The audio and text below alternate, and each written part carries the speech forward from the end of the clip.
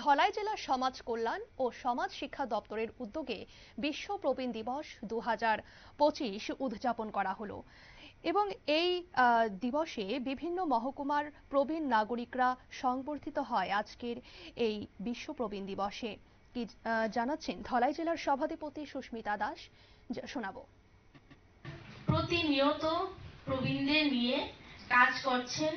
প্রবীণদের জীবনকে আরো কিভাবে সুরক্ষিত ও সুন্দর করা যায় তার জন্য প্রতিনিয়তই কাজ করে চলেছেন।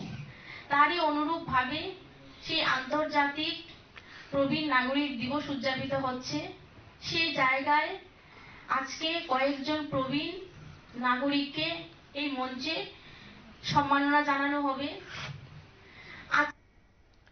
আপনারা শুনলেন সভাধিপতির বক্তব্য।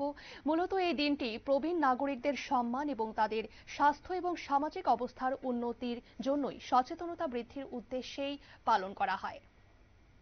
নিয়ে নিচ্ছে ছোট্ট একটি বিজ্ঞাপন বিরতি, সঙ্গে থাকুন।